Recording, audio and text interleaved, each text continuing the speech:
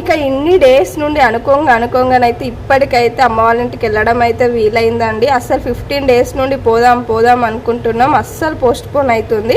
ఇక ఈ రోజు అయితే ఇటు చేసి పోవాలి అన్నట్టుగానైతే ప్లాన్ అయితే చేసేసుకొని అయితే ఇంట్లోకి వెళ్ళి అయితే 12కి అయితే వెళ్ళినామండి బైక్ మీద. బెల్లంపల్లి టు పెద్దపల్లికి అయితే బైక్ మీద వచ్చేసామండి.